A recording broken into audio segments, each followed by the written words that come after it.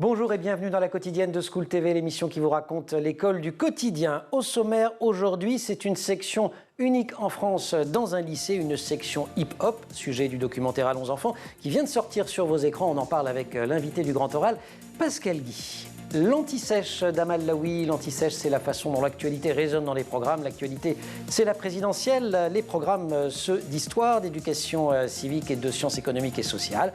L'heure de la récré, toujours avec Amal. On va de nouveau danser et mettre le hip-hop à l'honneur. Et puis vous avez, comme chaque semaine, rendez-vous avec Marie-Olivier pour son cours particulier. Vous dansiez, et bien musiquez. Maintenant, elle va vous parler de Demos, un superbe dispositif d'initiation à la pratique orchestrale. La quotidienne de School TV, c'est parti, Grand Oral.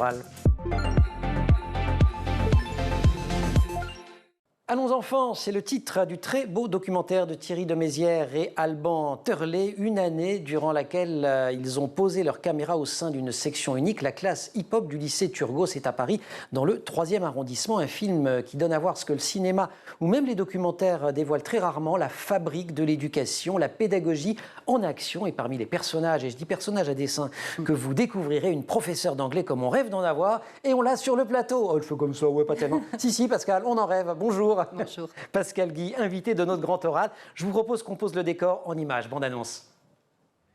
Ouais, pour mon métier, je pense que je vais être chorégraphe. Enfin, je vais être chorégraphe. D'accord, tu travailles dans le domaine artistique. Ouais, c'est ça. Et ou être secrétaire. J'ai pas un truc dans le genre. On y va les jeunes, là, s'il vous plaît. Il est 8 h, on est dans la classe. Tu enlèves ta casquette, les écouteurs, s'il te plaît. Merci. Je suis arrivée dans ma classe, on était 4 noirs. Il n'y a que des babtous, que des blancs, des blancs, des blancs, des blancs. C'est vrai qu'au début, tu te dis, mais what? C'est quoi le délire, quoi? Enfin... C'était le cadavre de Chaval, remonté du plan incliné. Jonas, tu es là? Est-ce que vous travaillez sur Germinal aussi? Zola, c'est pas trop mon monde. Ça dépend, pas du rappeur. Non, mais même Zola, le rappeur, je sais pas c'est qui, frère. Danser pour danser, ça nous intéresse pas.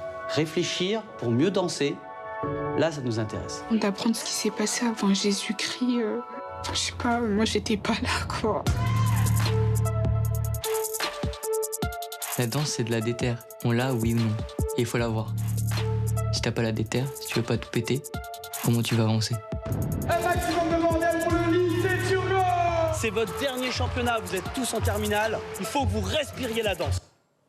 Cette section hip-hop, c'est un tout petit morceau de ce lycée Turgot. 2 mots, Pascal Guy, pour nous présenter votre lycée. C'est un grand lycée parisien, dans tous les sens du terme, avec une particularité, c'est qu'il y a autant de secondaires que de supérieurs. C'est ça, on a à peu près 650 élèves en pré-bac et 650 en post-bac.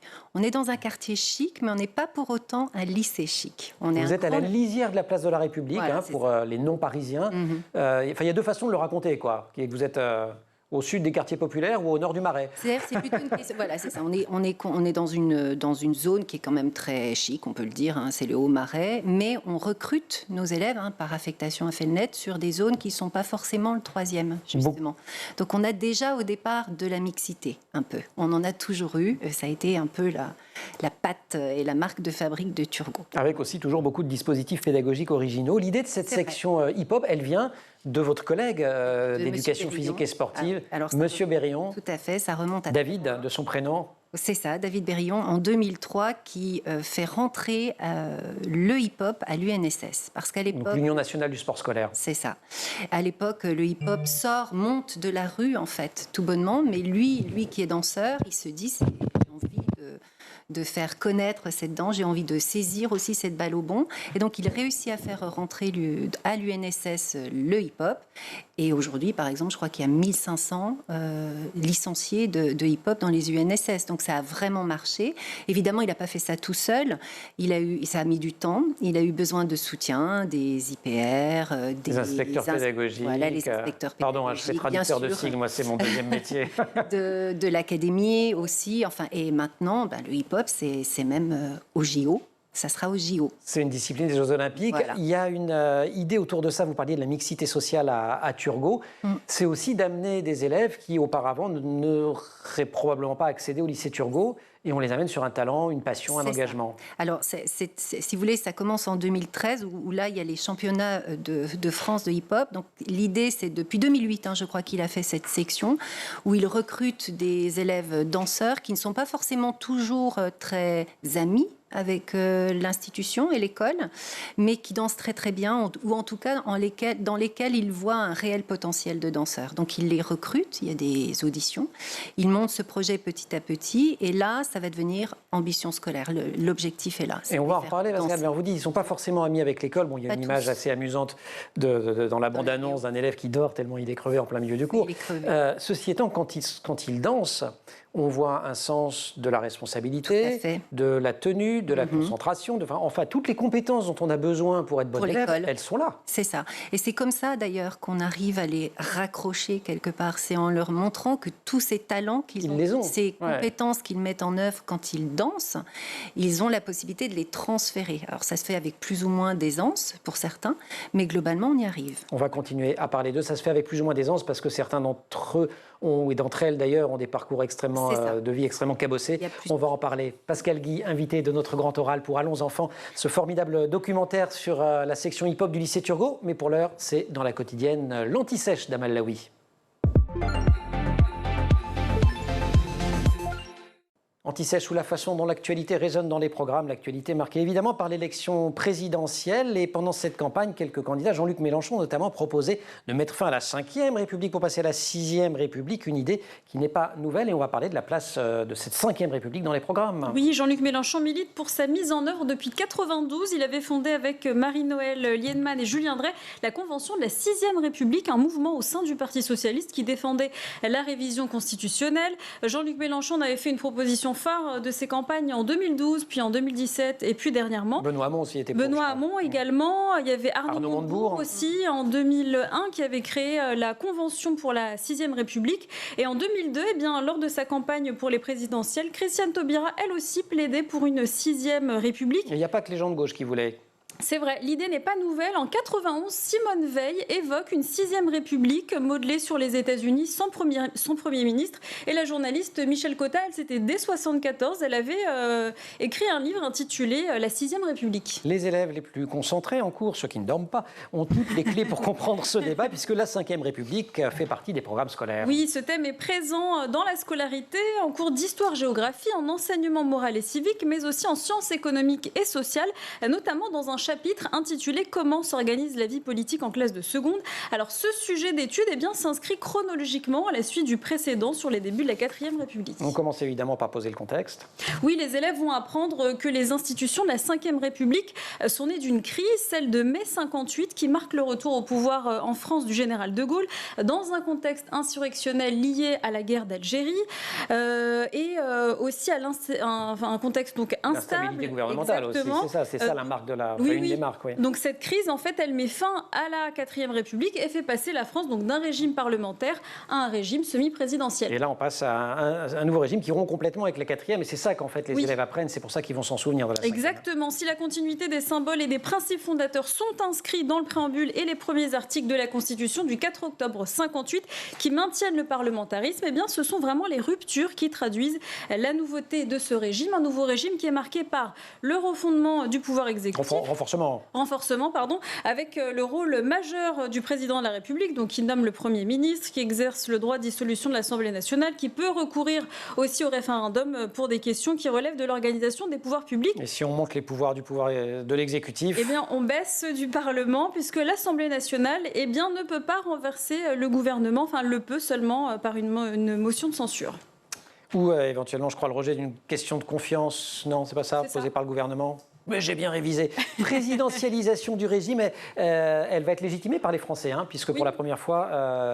ils vont pouvoir élire le président... Au suffrage universel direct, mais avant, il y a un référendum. Oui, qui consacre l'élection du président de la République au suffrage universel. Donc les élèves vont apprendre que la bataille politique de 62, avec l'instauration par référendum de l'élection du président de la République au suffrage universel, a donc modifié les institutions en leur donnant le visage actuel. Merci beaucoup, Amal, pour cette anti lycée, fonctionnez-vous qui êtes professeur d'anglais, passez par l'actualité pour essayer d'accrocher les élèves, ça vous arrive de le faire? Un film, un livre, des élections aux États-Unis, on ne fait que ça. En langue, on ne fait que ça. Ouais, c'est ça. C'est vraiment une discipline dans laquelle on est obligé d'être toujours en prise directe avec l'actualité, avec des sorties cinéma, avec des sorties de livres aussi. Enfin, on ne fait que ça. C'est vraiment...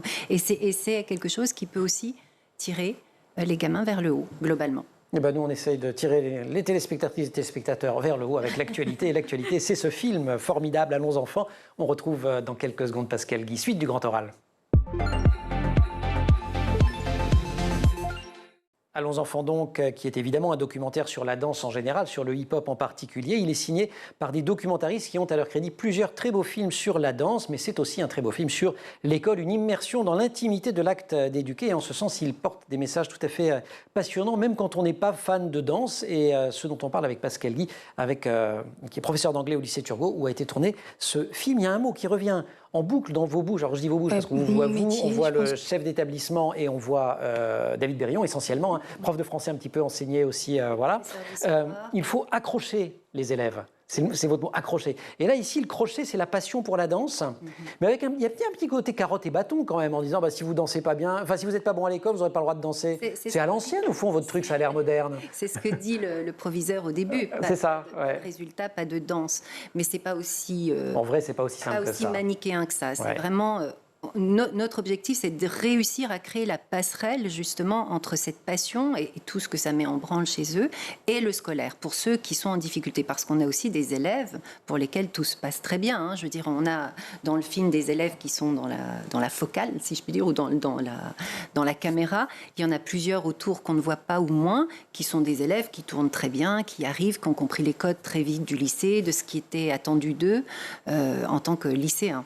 Donc, nous, on va travailler bien sûr davantage sur ceux, mais on travaille pour tous nos élèves en fait. Hein. C'est-à-dire que ce qui est fait dans la section hip-hop... Ça profite à tous. Absolument, mais c'est fait dans toutes les classes. C'est-à-dire que les entretiens de début d'année qu'on peut voir dans le film, c'est fait tous les ans. En préscolaire et en pré-bac et en post-bac. Alors, en post-bac... Un peu moins, j'imagine, parce que 1400 entretiens, ça va faire... Cela étant dit, c'est pas Ouais. chaque professeur principal, en fait ce suivi. Classe.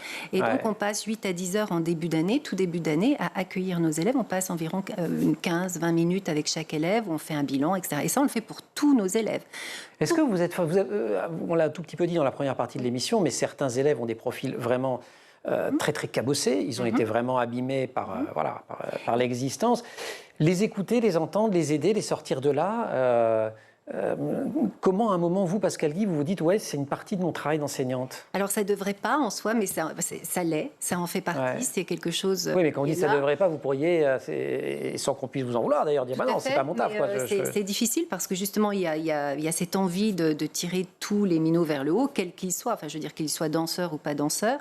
Et donc l'idée, c'est de bien trouver les leviers qui vont nous permettre de les amener vers le haut. Donc ça passe par la danse, mais ça passe par d'autres choses, des protocoles, si je puis dire, c'est un peu pompeux, mais des parcours qu'on met en place pour eux, par exemple des études encadrées, des choses comme ça, ou des moments où on les voit tout seuls, où on essaye de les motiver, parce qu'il y a des pertes de motivation, surtout chez les danseurs. C'est le Graal, hein, la motivation. C'est difficile, surtout les danseurs, je pense. Comme ils ont un emploi du temps qui est tout à fait normal, et qu'ils dansent beaucoup. Il y a des moments où ils sont fatigués, ils ont des crises un petit peu de vocation, si je puis dire. C'est-à-dire que d'un seul coup, ils disent je suis à un palier, puis je suis à un palier, j'arrive pas à j'ai presque plus envie de danser, etc. Et du coup, c'est là où il faut les remotiver. Ça passe par des entretiens individualisés, ça passe par plein de choses, de l'aide scolaire. David Berillon, votre collègue professeur d'éducation physique et sportive qui a conçu cette section, dit, je le cite, avec les élèves, il faut être capable de faire du tête-à-tête, mais aussi du côte-à-côte. Est-ce que ça, c'est je trouve une belle définition de la relation avec les élèves? C'est ça. Il y a des moments où on est vraiment dans quelque chose d'un peu frontal, mais on est dans le frontal qui se déplace et on accompagne. Enfin, je crois que le maître mot, c'est l'accompagnement, vraiment. Et c'est pas que David Berillon, c'est pas que Pascal Guy, si je puis dire. C'est l'ensemble de l'établissement. C'est l'équipe au complet. Et les pairs, PAIRS, parce qu'ils s'encouragent énormément. Enfin, on sent qu'il y a une dynamique quasiment de compagnie. Extraordinaire. Il y a une ambiance dans la section hip-hop qui est formidable entre les élèves d'une même classe, mais également d'un niveau... Oui, entre les secondes par les premières, qui se voient rarement finalement. Être extrêmement proches les uns des autres. Et ils se mélangent avec les autres, oui, avec les non-danseurs. Alors, oui, bien sûr, ils se mélangent avec les autres. Alors, c'est vrai que quand ils dansent, ils sont avec les danseurs. Et ça, c'est une petite famille. C'est une famille dans la famille, si je puis dire.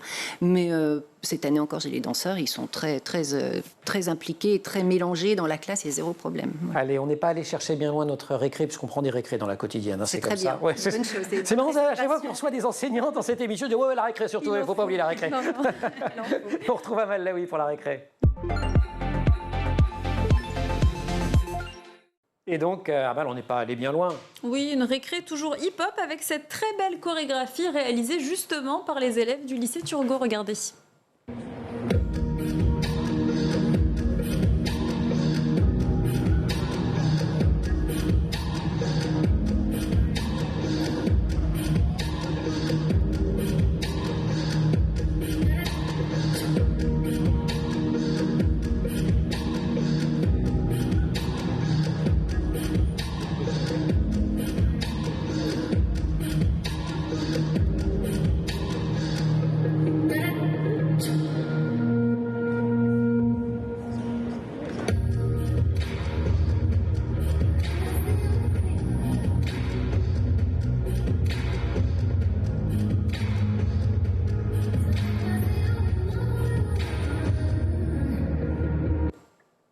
Voilà, ça a été réalisé en partenariat avec la Philharmonie de Paris, la culture hip-hop qui a de plus en plus sa place dans notre société.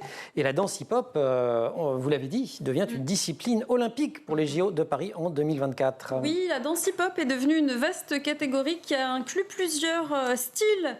Les premiers styles sont apparus dans les années 70 avec notamment le breaking dans le Bronx, à New York. Et c'est cette danse qui se démarque par sa dimension acrobatique avec ses figures au sol, ainsi que par le rôle clé joué à la fois par le DJ et par le MC, le maître de cérémonie, lors des battles qui sera donc présente lors des JO à Paris en 2024. Donc 2 épreuves, une masculine, une féminine. Oui, donc une masculine, une féminine qui verront donc respectivement 16 B-boys et 16 B-girls qui s'affrontent dans des battles spectaculaires, donc 1 contre 1. Donc les athlètes enchaîneront les power moves, les coupoles, les six steps ou encore les freeze en s'adaptant. Petite démo, Amal, peut-être que je n'ai pas compris. Je suis un peu faiblard du six step, moi.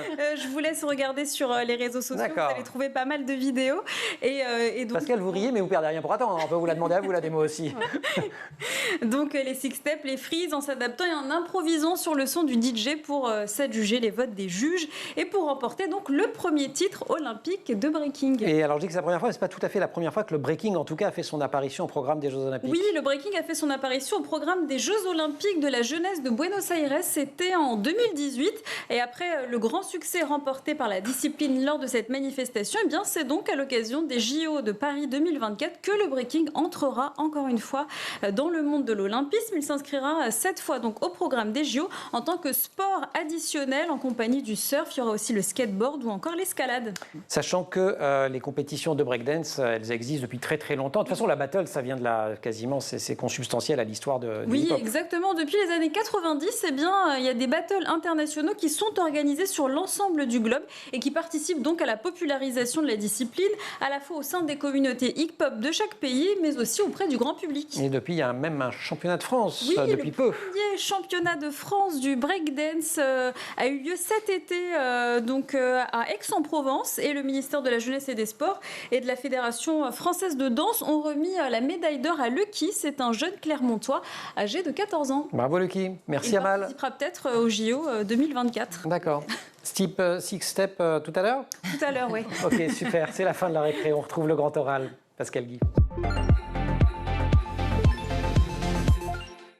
C'était il y a 18 ans un documentaire consacré aux enjeux de la laïcité décrivait le lycée Turgot comme un terrain de tension, d'affrontement entre communautés. À l'époque, cela avait d'ailleurs fait fortement réagir les élèves, les enseignants. Ça avait laissé des traces. 2022, 18 ans plus tard, sortie de Allons enfants, toujours le lycée Turgot, mais cette fois en lycée emblématique du combat pour la mixité sociale, pour le vivre ensemble à travers l'expérience unique de la section hip-hop. Mais on comprend bien qu'il n'y a pas que cette section hip-hop qui fait ce travail et que finalement, si c'est né à l'intérieur de ce lycée, c'est pas pour rien. Il y a une culture qui était prête à... Et un chef d'établissement aussi, qui était prêt à porter tout ça.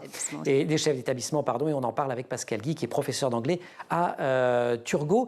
Quand on demande aux élèves de quoi ils rêvent pour l'avenir, vous rêvez qu'ils apprennent leurs leçons et qu'ils s'épanouissent, eux, ils vous parlent Lamborghini, villa, ils ont des rêves hyper matérialistes en fait. Et qu'est-ce que vous vous dites, vous? Je pense qu'il y a une grande honnêteté dans leurs paroles, dans un monde qui est complètement régi par l'argent. Et en même temps, ils en veulent, sans doute, pas tous. Il y a vraiment ceux qu'on voit dans le film, effectivement, en parlent beaucoup, sans doute parce qu'ils en ont peu, ou parce qu'ils viennent de milieux sociaux un peu défavorisés, j'imagine. Mais ils sont réalistes, en fait. C'est un monde matérialiste, c'est un monde cruel, c'est un monde compétitif. Mais ça ne les empêche pas du tout de pratiquer au quotidien l'inverse. C'est-à-dire beaucoup de douceur avec les autres, beaucoup de compassion aussi.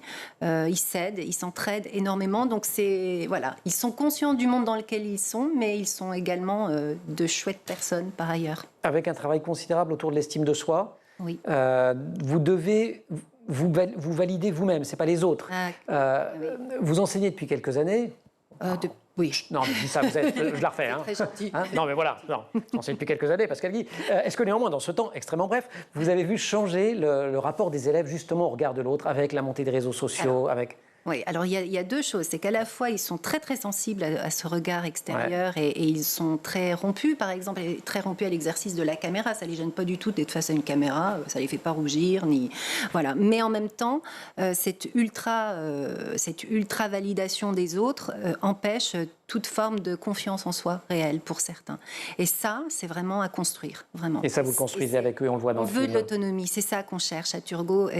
Les équipes, que ce soit, la communauté dans son ensemble, cherche à faire en sorte que nos élèves soient autonomes, qu'ils ne soient pas simplement indépendants, mais autonomes, c'est-à-dire leur propre autorité. Pour celles et ceux qui sont les plus fragilisés en arrivant chez vous, on sent que le simple fait de leur offrir un environnement sécurisé, un environnement où la norme, c'est pas la violence, etc., c'est déjà quelque chose de formidable et qu'ils sont en demande de cadre et que finalement, s'ils sont en sécurité, le cadre, ça leur va très bien. C'est exactement ça. Le cadre, c'est ce qui fait qu'un enfant, un élève, un ado peut se construire correctement. C'est quand il n'y a pas de cadre que c'est le chaos. Il y a un sujet qu'on voit aussi, alors ça a été mentionné par Amal sur le fait qu'il y aurait des compétitions garçons et filles, enfin hommes et femmes au JO. Là en revanche, ils dansent ensemble et ils font des battles les uns contre les autres. Vous jouez aussi quelque chose sur les rapports garçons-filles dans cette section. Alors c'est vrai que c'est quelque chose qui joue ailleurs dans la constitution des classes. Par exemple, on est très attentif à mettre autant de filles que de garçons quand c'est possible. Et effectivement, lors d'un battle, les garçons et les filles des filles peuvent affronter des garçons et inversement. Les barrières tombent littéralement. Pascal, une dernière question avant d'accueillir Marie-Olivier pour son cours particulier. Les élèves de la section hip-hop, ils sont différents des autres élèves ? Ils sont ils ont un petit supplément d'âme, c'est-à-dire que d'une certaine manière, c'est des élèves qu'on voit en 3 dimensions. C'est-à-dire que nos élèves, souvent, surtout moi en tant que professeur d'anglais, en classe, ce sont des élèves qui sont en 2 dimensions. Ils sont peu amenés à utiliser leur corps. Quand vous les voyez danser, vous avez des élèves en 3D, là, ça devient vivant, vibrant, et ça nourrit la pédagogie. C'est-à-dire que moi, ça me donne des idées pour mettre l'anglais encore. En fait, quelque part. Plus loin corps. Encore. Titre d'un autre très beau film qu'on peut voir en ce moment de Cédric Clapiche, qui est aussi un film sur la danse que je vous recommande également vigoureusement. Il y a 2 beaux films sur la danse en ce moment à voir. Et 2 films qui d'ailleurs filment la danse de manière absolument remarquable. Vous restez avec nous si vous voulez bien. On va recueillir la pauvre. accueillir Marie-Olivier, notre chroniqueuse, pour son cours particulier. Amal, merci beaucoup.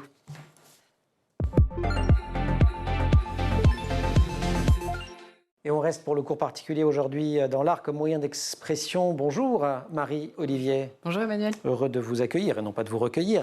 Moyen d'expression, moyen d'émancipation, l'art aussi pour des enfants, pour des jeunes. Et on va passer de la danse à la musique avec un dispositif génial qui s'appelle Demos. Tout à fait. Demos, c'est un programme lancé par la Cité de la musique Philharmonie de Paris en 2010.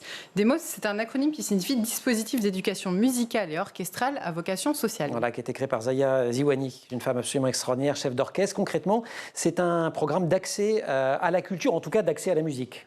Oui, les enfants concernés sont issus de zones blanches, rurales, donc loin des lieux culturels, ou de quartiers qui relèvent de la politique de la ville. Quand on dit zone blanche, c'est comme au téléphone, quoi. C'est ça. Des zones où il n'y a pas d'offre, quoi. Exactement. Voilà. C'était pas la couleur de peau, c'est ça que je veux dire. Oui, exactement. Et évidemment. Et ces enfants se voient accéder à la musique classique, non pas théoriquement, mais en faisant partie intégrante d'un orchestre. Et ils savent jouer avant ? Pas du tout, ça fait partie du programme. Ils apprennent souvent pour la première fois un instrument pendant le programme Demos. Et alors là, ça fonctionne comment ? Ils apprennent À part, ou ils apprennent tous ensemble? Alors en fait, ils apprennent directement leur instrument au sein de l'orchestre. Cela favorise donc la coopération entre enfants, mais aussi avec les adultes encadrants. Ils se retrouvent 4 heures par semaine, en groupe de 15, et ils apprennent et répètent par famille d'instruments, donc bois, cuivre, cordes. Et ensuite, ils se rassemblent une fois par mois en orchestre symphonique avec un chef d'orchestre, et un concert est donné chaque année en public. Et ça, c'est l'apogée. Mais dans quel cadre suivent-ils ces ateliers, ces répétitions? Ça se passe à l'école, à la Philharmonie? Pas seulement, en fait, c'est dans l'ADN de Demos de faire coopérer les acteurs du milieu social et du milieu culturel. Donc on a des structures d'éducation populaire, des écoles, des centres de loisirs, des centres sociaux, des conservatoires et des maisons de quartier. Et les orchestres se montent sur les territoires grâce à de forts partenariats justement avec les collectivités locales. Et donc, qui les accompagne au quotidien, les enfants? C'est surtout donc des musiciens professionnels et aussi des travailleurs sociaux. Le programme, il dure combien de temps? Alors, ça dure 3 ans. Donc, en première année, les enfants s'initient à la musique. Ils passent d'ailleurs par l'initiation au chant, mais aussi à la danse. Puis vient la pratique instrumentale avec un répertoire baroque pour commencer. En deuxième année, ils sont un peu plus à l'aise, donc ils approfondissent leurs apprentissages techniques de l'instrument et ils apprennent le solfège. Et en troisième année, ils sont plus aguerris. Et donc là, on ouvre le répertoire. Chaque orchestre répète 2 œuvres, une d'un style classique et l'autre du répertoire contemporain. Et on va spoiler, ça marche, ils adorent ça. Ça marche très bien, ils sont plutôt contents et je les laisse s'exprimer, regardez.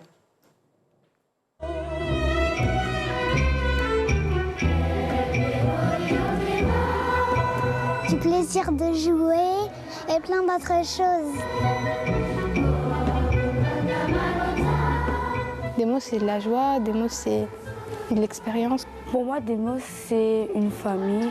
On fait de la musique, on fait du chant aussi à Demos, et on s'amuse quand même. Ça apprend la cohésion et la concentration. Ça m'aide à me relaxer, à me sentir à l'aise. On s'amuse, mais en même temps, on reste concentré. Il y a beaucoup de plaisir, on est tous rassemblés. Ça m'apporte la joie, la bonne humeur. Si je suis triste, je peux jouer un morceau. On ne le sent pas, mais en fait, ça nous apaise.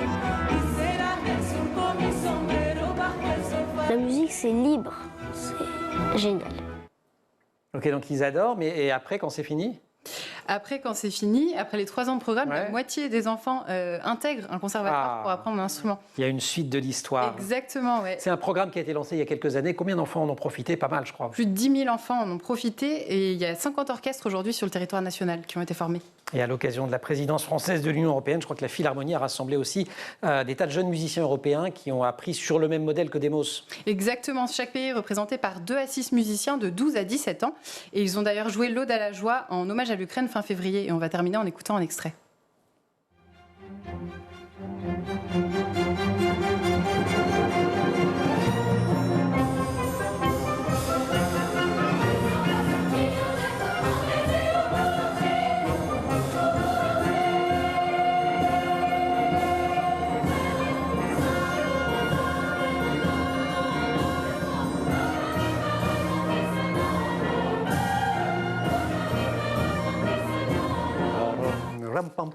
Ah, on a enlevé au moment où ça devenait difficile. Merci beaucoup, Marie-Olivier. Merci aussi à vous, Pascal. J'avais une... Donc, Allons enfants, évidemment, vous allez le voir au cinéma. Très beau documentaire de Thierry de Mézières et de Alban Turlet. Thierry de Mézières, non, c'est... Oui, si, je crois que c'est Thierry de Mézières. Allez, je l'ai perdu dans mes notes, mais de mémoire. Il dit que des profs comme vous, vous êtes les héros de la République. Enfin, je ne suis pas une héroïne. Si, enfin, peut-être pas des héros de la République, mais je pense que ça nous fait du bien aussi d'entendre ça parce que je pense que ce qu'on voit, c'est ce que font la plupart des enseignants en France. Ouais. Et malheureusement, le travail qu'on fournit est peu ou pas souvent remercié, pas souvent salué. C'est même un peu l'inverse qui se passe. Et donc, ça fait plaisir, mais ce qui fait... Voilà, je crois que je voudrais juste réagir par rapport à ce qu'on vient de voir. Je crois qu'il y a quelque chose de très important, c'est l'art et la culture, et ouvrir au maximum l'école à la culture, ça c'est important. Eh bien, on ouvre, et si ça vous fait du bien d'entendre dire que vous êtes des héros et des héroïnes, eh ben, vous venez sur School TV, parce que nous, c'est plutôt ce qu'on pense des enseignantes et des enseignants. Marie, merci. Pascal, merci. Merci aussi à toute l'équipe. Au maquillage, Laure Audemont, Marine Plantec, assistée par Charles Fontaine pour la préparation de l'émission. Et puis en régie au son, Maxence Mougin à la réalisation, Lauriane Bouet. Vous restez sur School TV, vous nous retrouvez en permanence sur Internet et sur les réseaux sociaux.